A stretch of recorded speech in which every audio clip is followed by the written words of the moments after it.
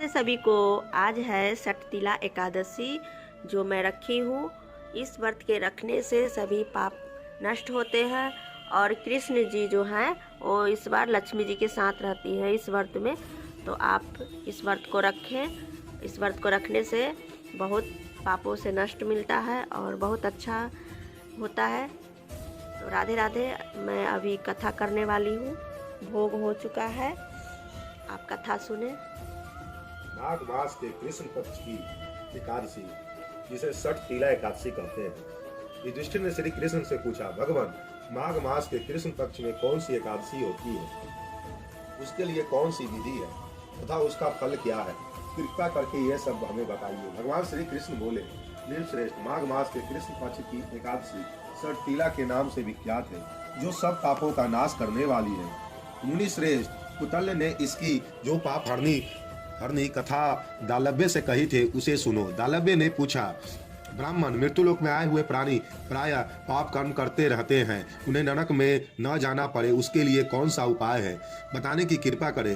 कुतलसल जी ने बोले, महाभाग, माघ पास में आने पर मनुष्य को चाहिए कि वह नहा धोकर पवित्र हो, इंद्रिय को संयम में रखते हुए काम, क्रोध, अहंकार, लोभ और चुगली आदि बुराइयों का त्याग कर दे। देवादिदेव भगवान का स्मरण करके जल से पैर धोकर भूमि पर पड़े हुए गोबर का संग्रह करे, उसमें तिल और कपास मिलाकर 108 पिंडिकाएं बनाए। फिर माघ में जब आद्र या मूल नक्षत्र आए तब कृष्ण पक्ष की एकादशी करने के लिए नियम ग्रहण करे। भली भांति स्नान करके पवित्र हो, शुद्ध भाव से देवादिदेव भगवान विष्णु की पूजन करे। कोई भूल हो जाने पर श्री कृष्ण का नामोच्चारण करे। रात को जागरण और होम करे। चंदन, अर्गज, कपूर, नवेद आदि सामग्री से शंख, चक्र और गदा धारण करने वाले देवेश्वर श्री हरि का पूजन करे। तब पश्चात भगवान का स्मरण करके बारंबार श्री कृष्ण का नाम उच्चारण करते हुए कुम्हारे, नारियल और बिजौर के फल से भगवान का विधि पूर्वक पूजन अर्घ दे।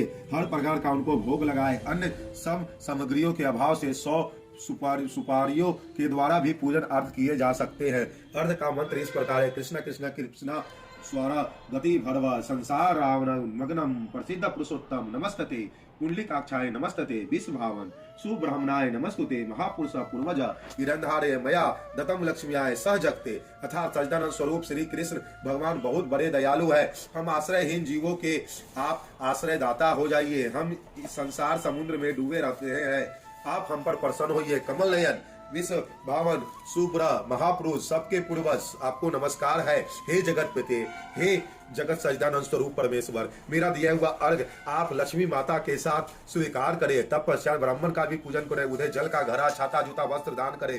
दान करते समय ऐसा कहे, इस दान से के द्वारा श्री कृष्ण भगवान मुझ पर प्रसन्न हो। आपकी शक्ति के अनुसार श्रेष्ठ ब्राह्मण को काली गौ दान करे।